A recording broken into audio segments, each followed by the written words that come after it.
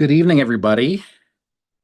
It is 6:30, and it is a pleasure to welcome you to Scintillating Psalms. We're doing Psalm 23. I decided that due to the success we've been having putting our Judaism 101 classes onto YouTube, um, that I would also put it on YouTube, put this one on there so that people can take a look.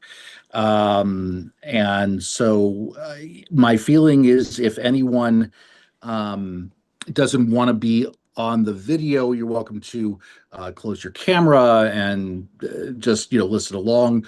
If you don't mind being on my YouTube channel, then I will pay you a percentage of royalties, which I get, which is at the moment none.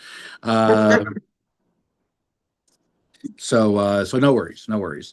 So Um, will you ask Michael to add a link to your YouTube channel onto the homepage? yeah, I think that's a good idea. That's a good idea. We can do that. So yeah, I just figure we might as well use it. It's a nice resource to be able to have. So Absolutely. And people will enjoy that. It's not always convenient at whatever time something is to do it. So yeah, fair I like enough. that. Fair Good, enough. good, very So good. yeah, so we'll see what we can do. So we have Mary Linda, we have Will, and Richard is actually here in person. It's a busy night at Heska Muna. We have our we are hosting the kickoff of the annual program of Justice Knox. Nice. And so if you hear some sounds over the microphone or what have you, that'll be them. But they let me step out for a little bit to do this. So, It's, um, it's Richard Angel. yes, Richard Angel is here. Yeah, well, my one of my great grandmothers was Angel. So we'll get you in touch. So Mary Linda is our membership chair. So we'll Vice get chair, you vice chair. vice chair. Sorry. So we'll get you connected. So excellent. All right. So Psalm 23. This is a famous one. So we will get into it. Um, uh, I oh sorry, I got you. So one other thing that I forgot, which is that as follows. Hold on. Okay. I had indicated before that September 29th would work for another class. I have to take that back. So I'm afraid I'm not able to do the September 29th. So we are going to go on hiatus through the fall holidays. And we will have our next Psalms class on Monday, October 20th. And just so that we can at least get a couple of classes in, per month, then we'll meet again on October 27th. So October 20th and October 27th will be the next couple of times. So I feel like if we're going to go on hiatus, 23 is a good way to go. So anyways, just wanted to mention that. Okay, let's get Psalm 23 on the screen and we'll jump in.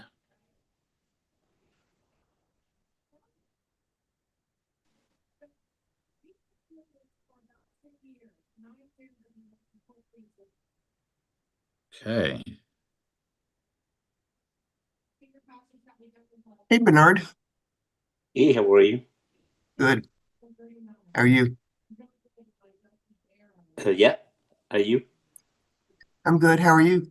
I'm good. I'm good. Thank you. Tell Ann hello. I will. Thanks.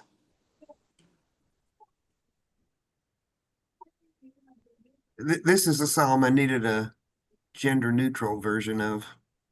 So yeah, so here's what we're going to do. I want to do a couple different translations, especially given the incredible popularity of this psalm. And so I wanted to, first of all, go according to Will's request from last time um, that the come on in, Gilia's here.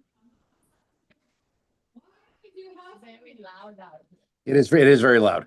If you get the yeah, get the door actually pause for a moment. Came in person. I'm gonna see if I can get this a little softer. Hello, Hi. Richard. Nice to meet you, Lisa.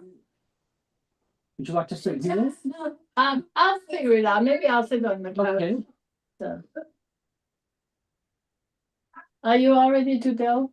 Yeah, Do you need a minute? Because. we've already jumped in. Huh? We've already jumped in. We've already started. Yeah. Right, okay. That's okay. All right. So hopefully that's not quite as loud now. I just kind of tipped the door a little bit. So, but Will, I know that your request was to do this according to let's see. Let's see what wait a second. Which I wouldn't have thought of had I not heard it at Dory Barnett's funeral. Sure. No, it's okay. Hi, Mary Linda. Hi, Gilia. Hi, Linda. Linda, thank you for getting the Hi. name tags for our visitors last Shabbos. Oh, you're welcome. I happened to see them sitting there, and then thought that was them. 'Cause I heard you say David. I know they appreciate it, and I did Oh, I too. mean Daniel. Sorry, Daniel. Daniel, yeah. How are you? How are you? You're welcome. With all these people out there, there wasn't any parking space. That's convenient. I know. I don't want to go down there. So let's at the very least jump into the an older version of the translations, and at least give that credence, because I know that that for some people they feel very much at home hearing this psalm in an older English translation. So I hope this one will suffice. You can see it on the right hand of the screen here. A psalm of David. The Lord is my shepherd, I shall not want. He maketh me to lie down in green pastures. He leadeth me beside the still waters. He restoreth my soul. He guideth me in straight paths for his name's sake.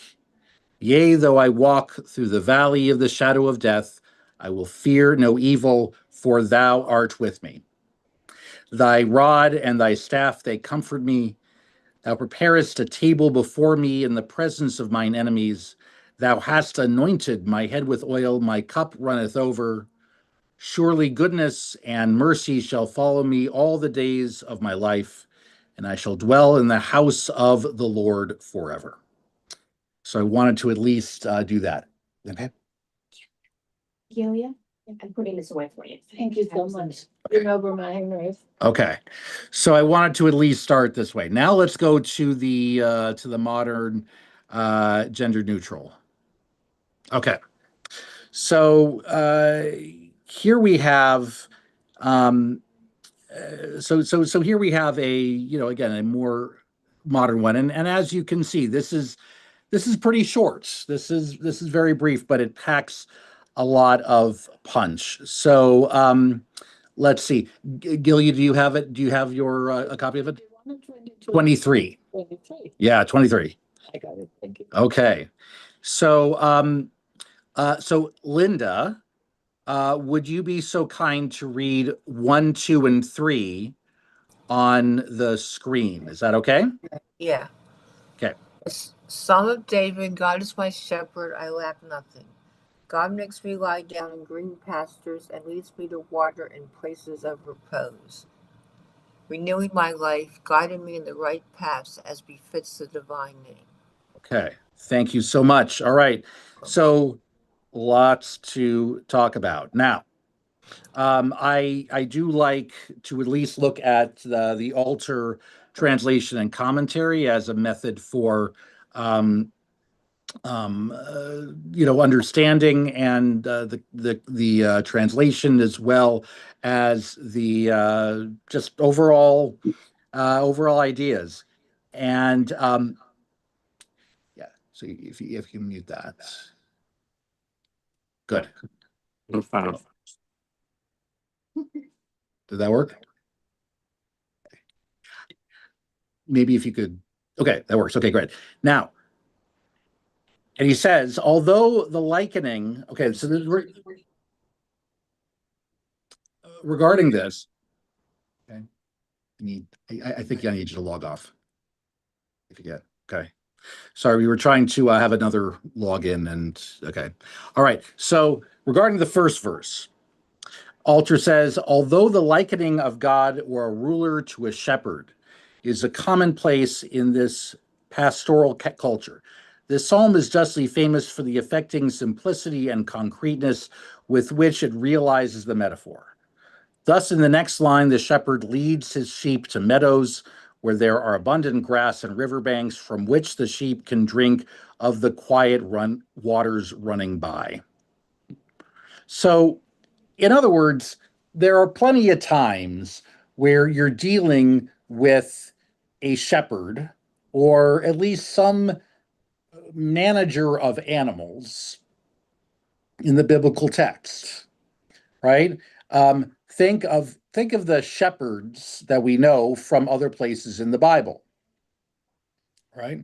Jacob, right? The very, the calmer twin, as we were taught. You have Moses. indeed Moses, right? Yeah, Moses, of course, very famously, and it's his devotion to his flock leads him to the burning bush.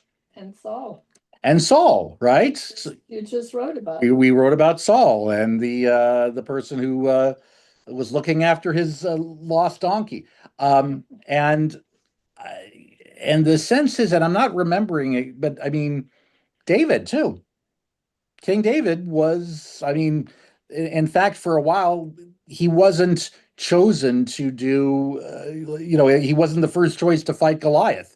He was over hanging out by the flocks, and it turns out he had to, kind of go back and forth. And finally, it's like, hey, okay, let's see what this kid has. So the idea of we can imagine the Israelite shepherd. So now what's happened is that God is the shepherd of all Israel. It is not Israel. It is not Israel. It's not Israelites. We don't. It's not Israelites. With animals, we are the flock, and God is the shepherd. And now, by the way, that imagery is going to be very important in one of the songs that we sing pretty soon on Yom Kippur. Right? Ki anu amecha ve'ata da da da da da da. And at one point, it's like, you are our shepherd, and we are your flock. Yeah. Right? And there are a bunch of other metaphors with that. I do find it funny that as we get closer, one of my rabbinic colleagues one year, as we got closer to the end of Yom Kippur, and of course everybody's getting hungry, he decided to throw in other metaphors. You are our baker, and we are your cupcakes. You are our chef, and we are your chicken. I mean, we just came up with these different things. But anyway, so now this metaphor now applies to God. And now we get into the second verse. And by the way, as I have at other times, I can't see the people on Zoom. So if you have thoughts or questions, please just jump in. Okay, so don't be shy about interrupting me. So you have next in verse 2 that God makes me lie down. Now, makes me lie down. It sounds like that God's, I mean, like almost like somebody's pushing us over, to say like, so somebody made me do something. It's almost sounds like by force, but it's not really meant to be by force. It's, kind of causes me to, or, it's not like we're reluctant. At least I don't get a sense of reluctance, right? Especially since where do we get to go? To water, so to be in this nice verdant area with plenty of drinking water, yeah, that sounds pretty good. Rabbi, Yes. uh, both these translations are kind of, they're pretty similar, but how would you directly translate the Hebrew? Is it different, or which ones is it closer to? Hmm. I would say that the altar translation that I recognize that isn't on your screens, but I have it right here. The altar translation, I think if he goes more toward the literal than a lot of other translations. So I'm happy, especially since we only have a few verses. I'm happy to kind of give you the altar translation. So to verse 2. It says, "In grass meadows he makes me lie down, by quiet waters guides me." So hopefully that's a reasonable way of looking at it. So uh, so far we are God's flock. We have everything we need, including the lush green grass and water, right? And now one thing, and the part about it that I was saying about about this idea of this God is God actually forcing us to lie down, causing us to lie down.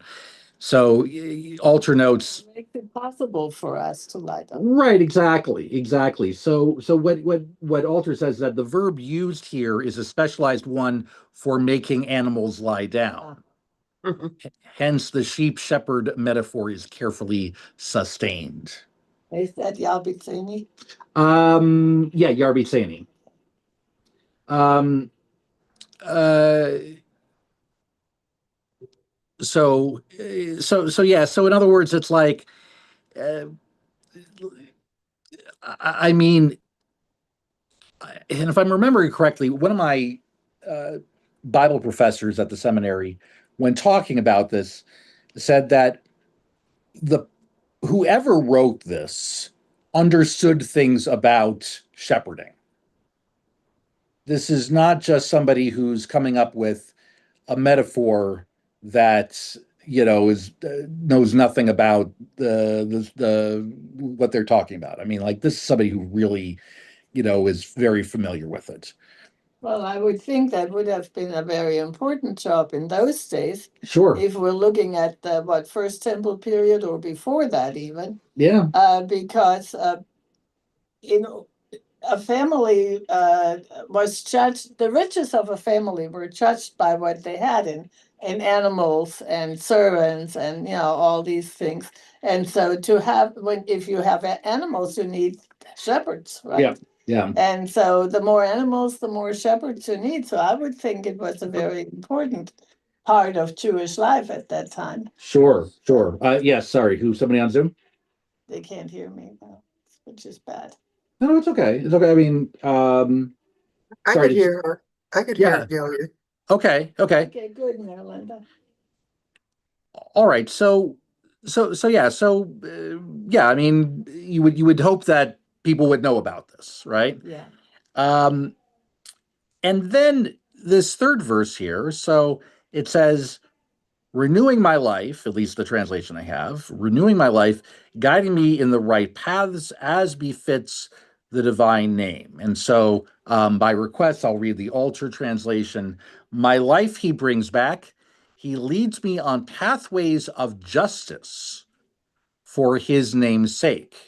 V'magle tzedek, right? So tzedek meaning justice, which is it's a little different. I mean, like, what you don't necessarily put shepherding and justice in the same categories usually. At least I wouldn't think, and unless somebody's got a theory.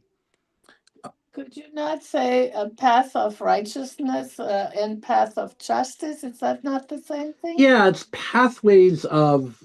Yeah, I guess tzedek. Yeah, yeah, tzedek does mean justice, but righteousness is another way to put it. Yeah, I think that's fair. So, in other words, like this path that we're going on, this path that that we as the sheep are going on this is the right path. Not only is it very fertile, but it's also the path of goodness. And the commentary from Alter, although the phrase "He restoreth my soul" is time honored, right? With the part where it says "renewing my life." The Hebrew word nefesh does not mean soul, but life breath or life. The image is of someone who has almost stopped breathing and is revived, brought back to life. That's quite different. Quite different, right? Very different. And it's kind of fascinating that okay, at first, you have this, peaceful idea of the shepherd, bringing the flock down and, to the grass and to the water. But now it's not only is it life affirming, it's life saving. You're right. Right. And it's life, and it's, whereas you might have thought that, all was lost, right? But no, it's not lost, thankfully. And that's uh, so it's this path of righteousness and comfort that is also literally life-saving.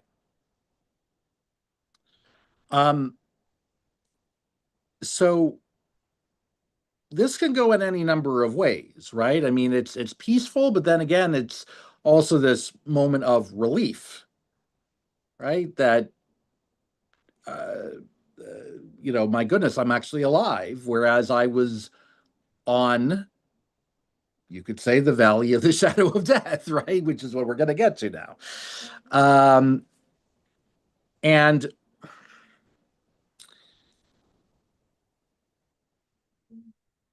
so now we're going to get to, I want to do verses 4 and 5. Let's see. Okay. Barbara, could you do 4 and 5 for us? Sorry, I'm playing with the this 4 and 5 that's on the screen. Do you want me to do alter, or do you want me to read what's on the screen? If you could read what's on the screen, that's great. I'm going to also throw in the altar. Okay. Though I walk through the valley of deepest darkness, I fear no harm, for you are with me. Your rod and your staff, they comfort me. You spread a table for me in the full view of my enemies. You anoint my head with oil. My drink is abundant. Thank you. Thank you. All right. So, okay. So this famous phrase, though I walk through a valley, and it says, at least in the translation on the screen, a valley of deepest darkness. And the JPS acknowledges that, okay, in contrast to others that say the valley of the shadow of death. And we can talk about that in a moment. But for now, I want to, I do bring in sometimes popular music, or I mention popular music. And I will tell you how I first became familiar with this psalm. And it's not it's not the one that it's not the one you might expect, because honestly, I really didn't hear about this psalm until I heard a song that the title of which you might not expect. The song is called Gangsta's Paradise, and it was written by a hip hop artist named Coolio. Now, this was, I think, 1995 or so. I think that's when it came out. So it's a 30-year-old hip hop song. And it incorporates a sampling of a Stevie Wonder song. One of the songs from, I think the song was, it was a different song called Paradise. Something else Paradise. I'm forgetting at the moment. But so he sampled that, like this little sort of this violin intro. And what's the song about?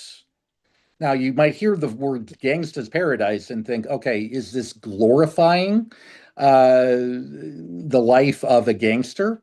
And it's very much the opposite.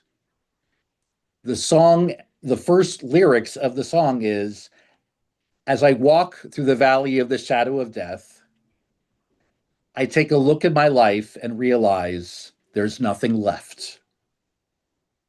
Essentially, what Coolio was talking about is how, in a place of great violence and poverty that he presumably lived in, or at least that the character he's singing about lived in, um, it's it's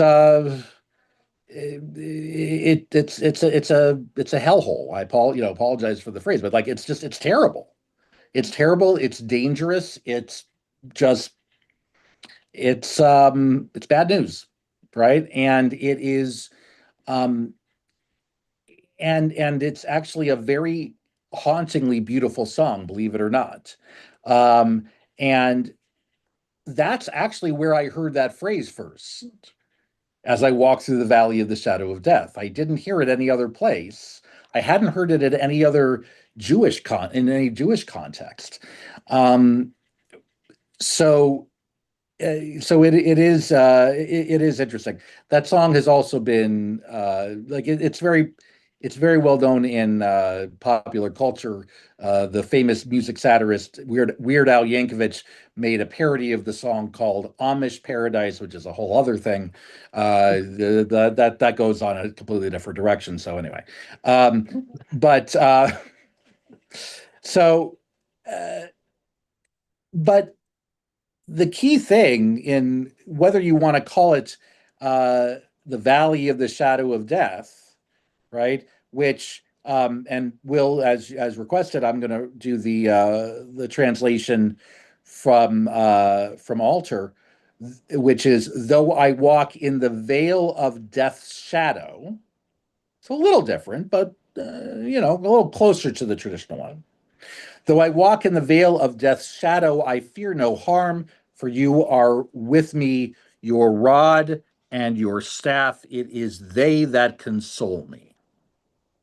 I some time ago, not so long ago, I was reading I guess a study of the Psalm 23, and the stress was that you walked through the valley, that you weren't there, that God was protecting you as you walked through it to the other side safely.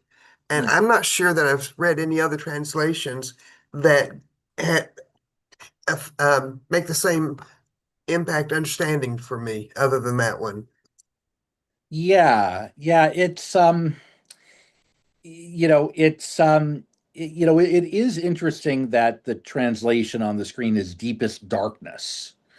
That the word begate salmavets, because you have because the word salmavets, I mean, mavet means death. So deepest darkness, is I would say I mean, it is it's quite likely a metaphor for actual death, right? The idea of just being completely dark. And as I think we've talked about at some point in this Psalms class, what was their understanding of death, or the finality of death? In the Psalms, for the most part, death is an absolute. meaning there is little to no existence beyond that.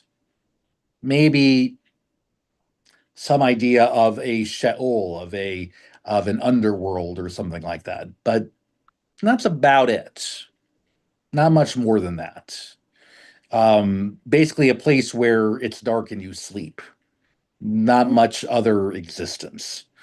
And as we talked about in one of my blog posts not too long ago, when when Saul decides to wake up Samuel from the dead, goes to the witch and wakes up.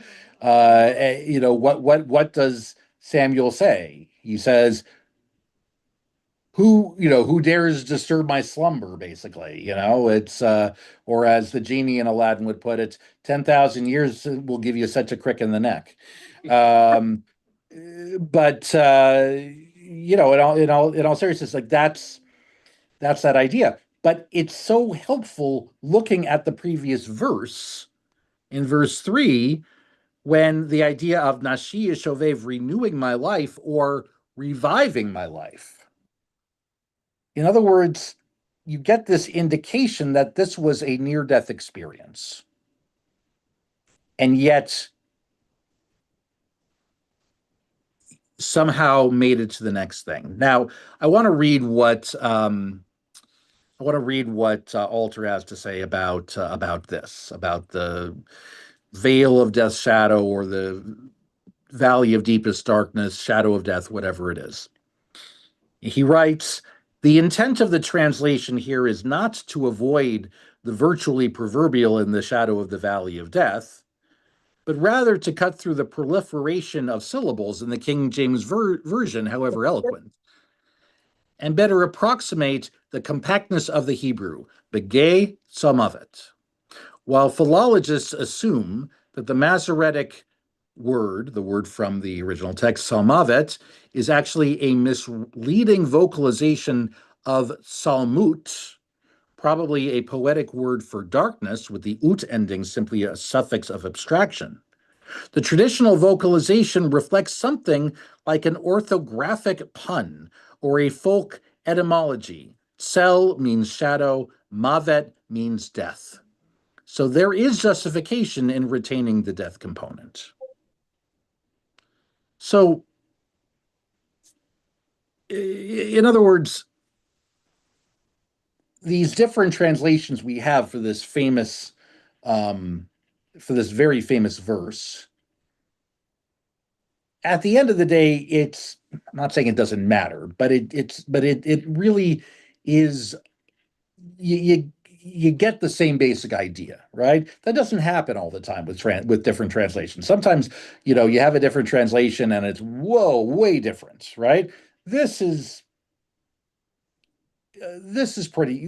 all pretty similar. This idea that the narrator has gone through or is going through the worst kind of, the most harrowing experience you could imagine, and has got and has reached the other side, if you will, and lo ira ra, and I will not fear bad.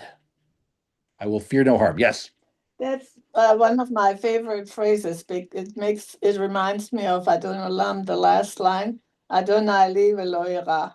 Adonai, right, the way it ends. This is like not spoken from myself, but from somebody else. But in Adon Olam,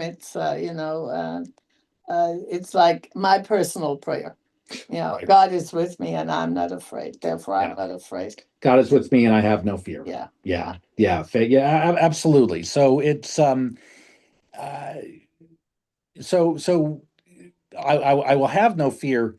And now, so the end of verse 4 kind of changes the subject a little bit, or at least it's a little different, because now it's that, okay, God's rod and staff are comforting.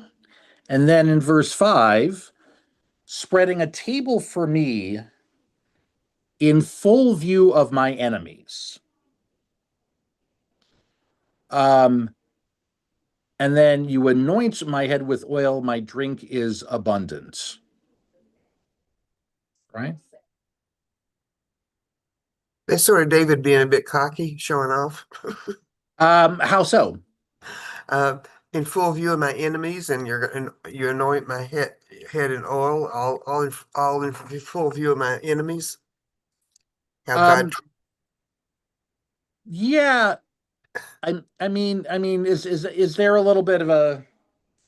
I mean, look, obviously, this is a psalm of great confidence. This is, and I mean, that is one of the possible translation. What are the possible categorizations of this? Is one of the categories of the psalms in general of a psalm of confidence, right? So David feels, so if it is indeed David writing this, which again is dubious, but if we can imagine David saying this, this is David, in his, most confident way. It also seems to be like praise. Praise in that, how And so? here I'm in front of my enemies, and you're doing this for me, you're doing this for me, you're doing this for me. Yeah. In other words, this in other words, this is like you're doing all these things for me. You're, in other words, you're not just barely saving me. well, You're looking at that way, it's gratitude then. right. So it's more of a gratitude, and like you're saving me and then some. I get, like in other words, now you're spreading a table for me in full view of my enemies. Now that I find a very interesting image, right? Meaning, if you are in the middle, if you're being faced by all your enemies, if you're face to face with your enemies, what is your first instinct? If you're face to face with your enemies, what are you likely going to do? Have a way out? Fight or flight, right? Fight or flight. And here, it's neither. You can share your food with them here. Yeah. Yes. It's not fight, it's No, not you're flight. not sharing, you're showing off. Well, Yeah. Barb, that was my initial perspective on it. I like the idea of feeding my enemies. Well, yeah, it's like there's no fight, there's no flight, there's feed, there's food, right? Because it's, and because the thing is, if you feel threatened, probably the last thing you're doing is sitting down to a nice lunch, right? You're probably not thinking about that, right? You're I thinking would about, think I wouldn't be threatened. You're confident God is going to protect you, so you're not threatened at all. And you're displaying the fact that you're not threatened, that y'all don't bother me, because I have God with me. exactly. I mean, it's just imagine, you're face to face with mortal danger, and you're like, I'm gonna have a sandwich. I mean, yes, go ahead. I'll try to speak loud so everybody can hear it. When I used to go to Israel and in the summer, and I went to Kibbutz Yisrael in the Emek, and the Emek is close to Afula, which is an Arab village, and it's over the Green Line. And we would go out and have a picnic every day, sitting under these beautiful almond trees and everything else, and have our, tablecloth spread out and our food spread out, and we would sing. And at night, everybody was up on the rooftops, standing guard to watch that nothing happened to them. Right? Wow. So yeah.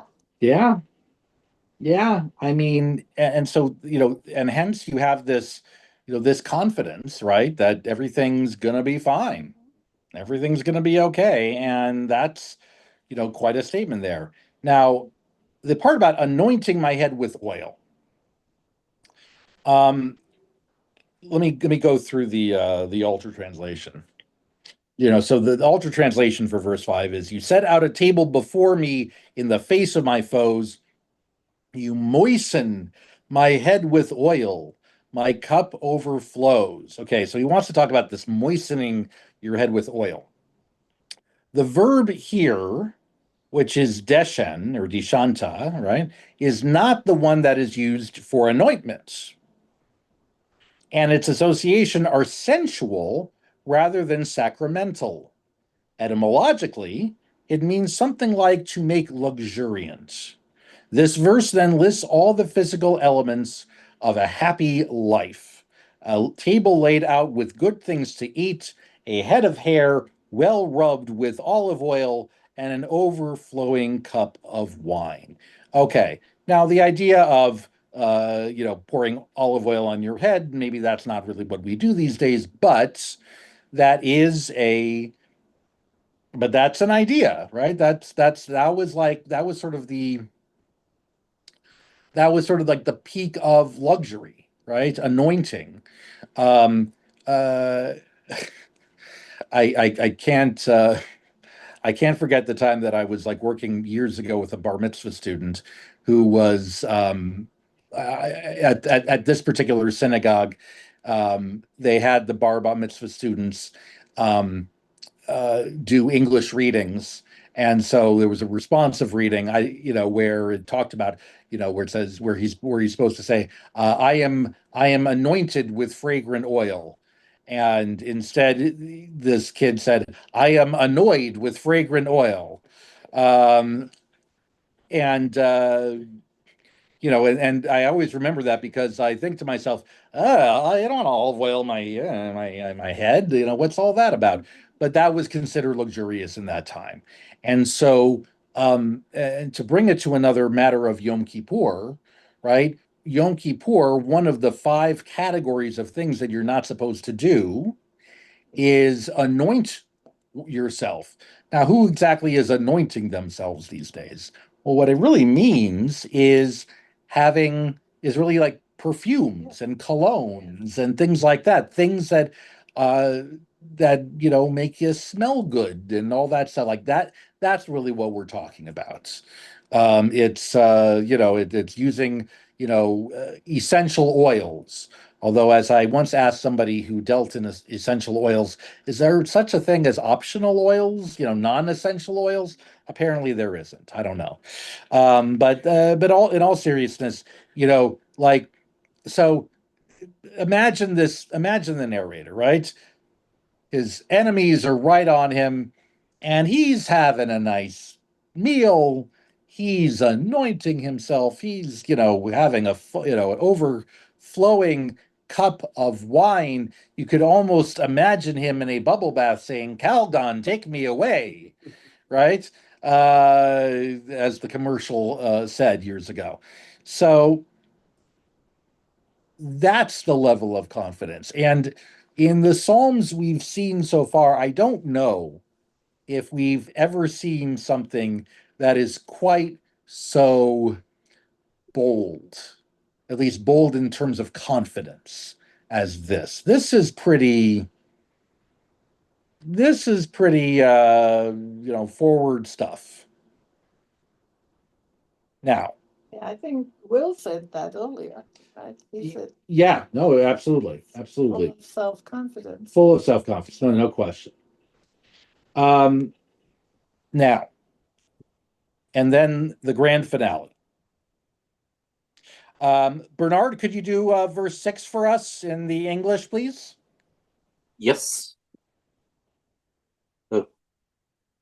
So only. Only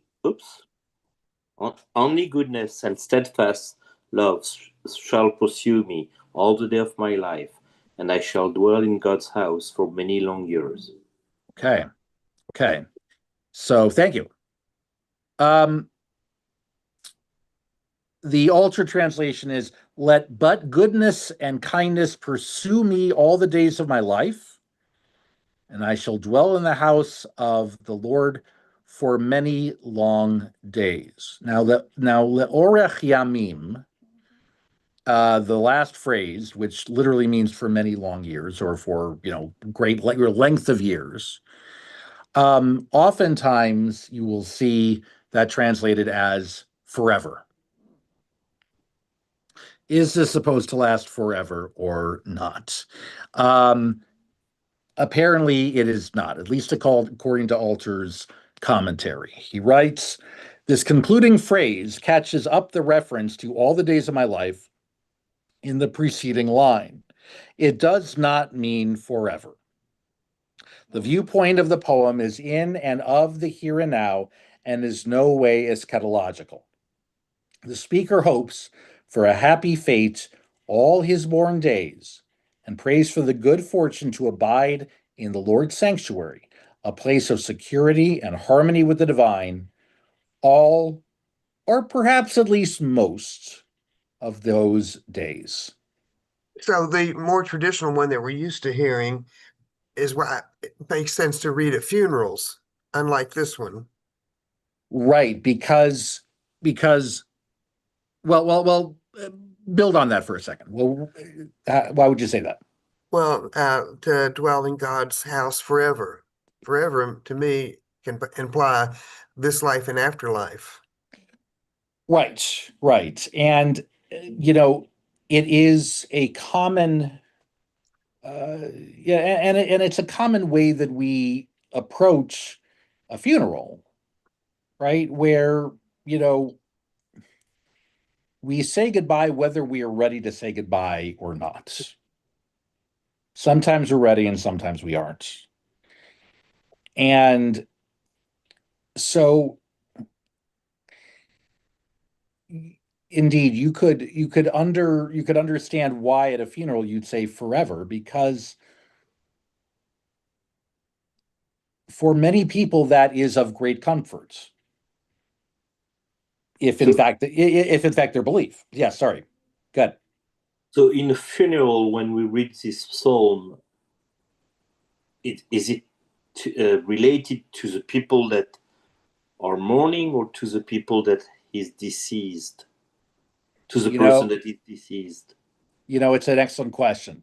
Excellent question. What are we doing at funerals, right? Do we direct them toward those who have passed? Are we directing them toward those who mourn? I was always taught that the funeral itself, the main thing you need to do in a funeral is kavod hamet, to bring honor to the one who has passed.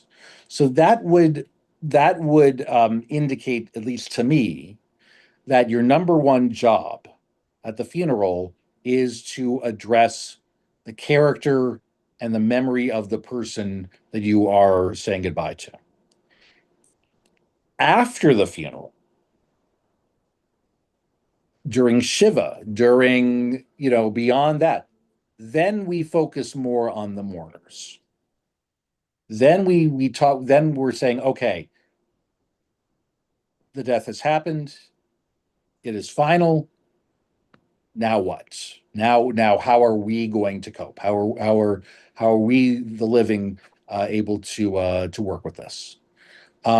So it is which I think for a lot of people that's a very healthy approach to it all. In other words,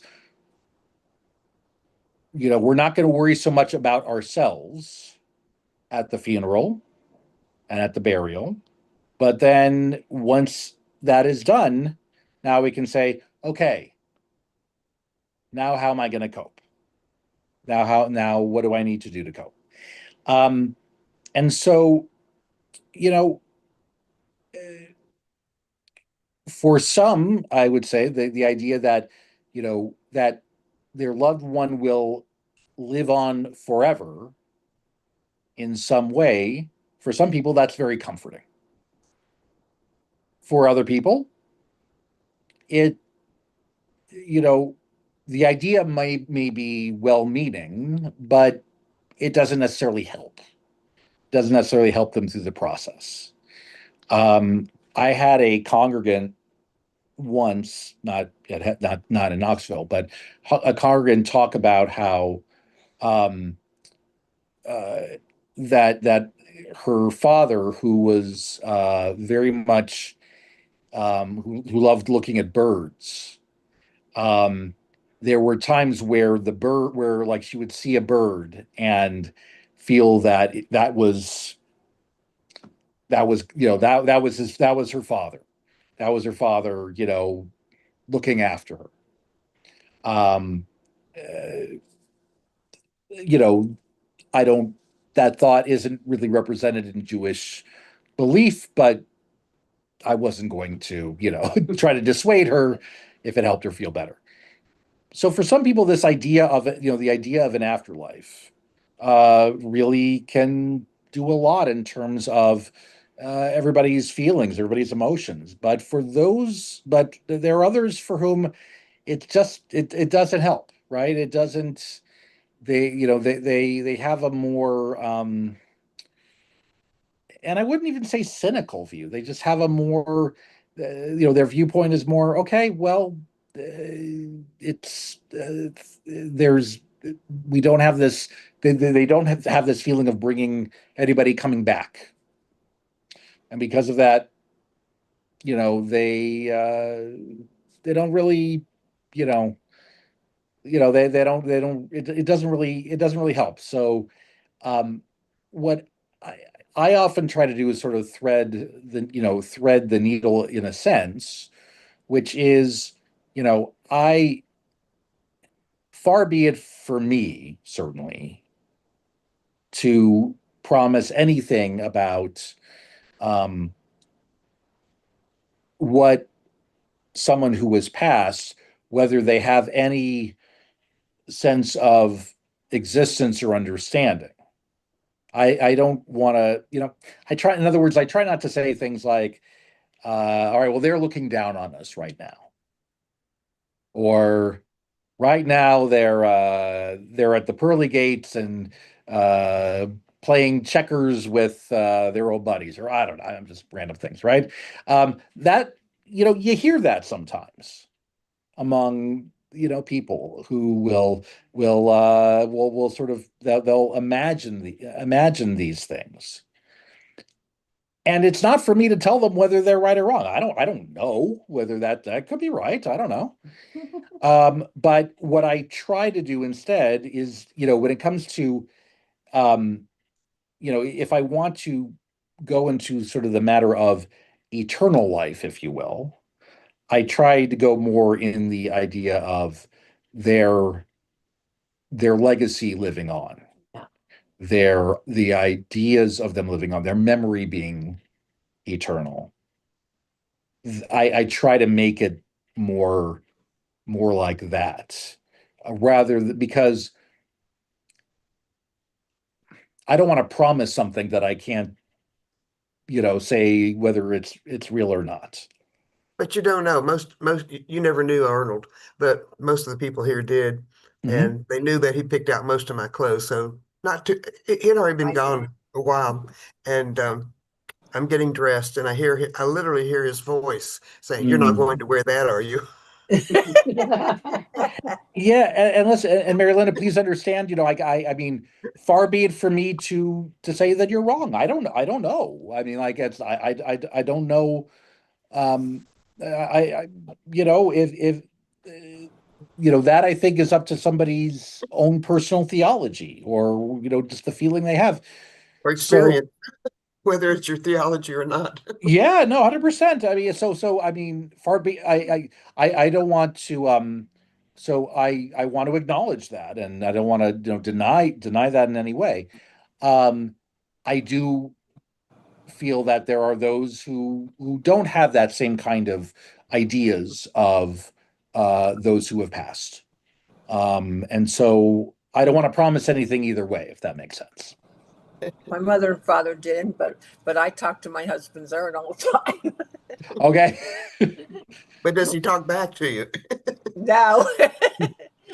If he I have a talked back, question. I'd be like, oh. So, why do you think the placement of this is there any particularity about why this is placed, this 23rd Psalm is placed where it is? You know, I think in ensuing weeks, I think we should kind of we can look at we can kind of look into this a little bit, to see to what extent it really fits in. I do think that Psalm 27, the Psalm of the season of repentance, right, which we have begun saying, that Psalm 27 to me feels like the companion psalm to this in a lot of ways. It deals with, because it also is about confidence, and then its most famous phrase, is I mean, its key phrase is, the one thing I ask is to dwell in your house, God, just as this psalm concludes with that idea. So yeah, I think it's something worth sort of looking at. I think we are in the midst of at least a handful, not necessarily consecutively, but a handful of confidence psalms. So I think it's there. Why this specific spot, that I couldn't tell you, at least not offhand. So I know we're just about done with time here. I do want to. I'm going to stop the sharing here. I just want to remind everybody, once again, I think, in case you didn't hear at the beginning, I had previously said that September 29th would work. Unfortunately, it won't for me anymore. So we're going to take a hiatus for this class, but we are going to resume after the holidays, October 20th. And then in order to at least make up for a little bit of lost time, we'll also do October 27th. So we'll do 2 weeks in a row during the second half of October. And as I also alluded to at the very beginning, this is currently streaming on YouTube. And so my intention is to have this on YouTube. So that people can always go back to things. So I didn't do that before, but going forward now I will. Saying that So September 29th will be a class or no? there will not be a class on September 29th. Or yeah. Yeah, Oh, that is 2 weeks from now. You're right. yeah. Next week. It's between Rosh Hashanah and Yom Kippur. There's just I couldn't make it work. I'm sorry, So it'll be but October 20th, right? October 20th and October 27th. So the next time will be around World Series time, and that's of course a very sacred time, and of course the very time to include to go to return to the Psalms, because we may be praying for or against another team. We will see. Well, Rabbi, who do you want us to root for? Oh, of course, Chicago Cubs. I mean, my goodness. Of I mean, course. of course, that's the one. Everyone to know. I mean, if you're asking me, I mean, you're welcome to choose another team. I don't mind, but of course, Do you think they have a good chance this year?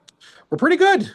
We're pretty good. We're gonna make the playoffs. We're gonna be probably, I hope, the first wild card, and in the National League, we're good. We're a good team. That doesn't mean anything. Win again. It's no guarantee of anything, but we'll see. So, Let me make a quick announcement sharing yeah. this. In the new news, I guess it was last week's, there's links to a series of lectures of Helene's.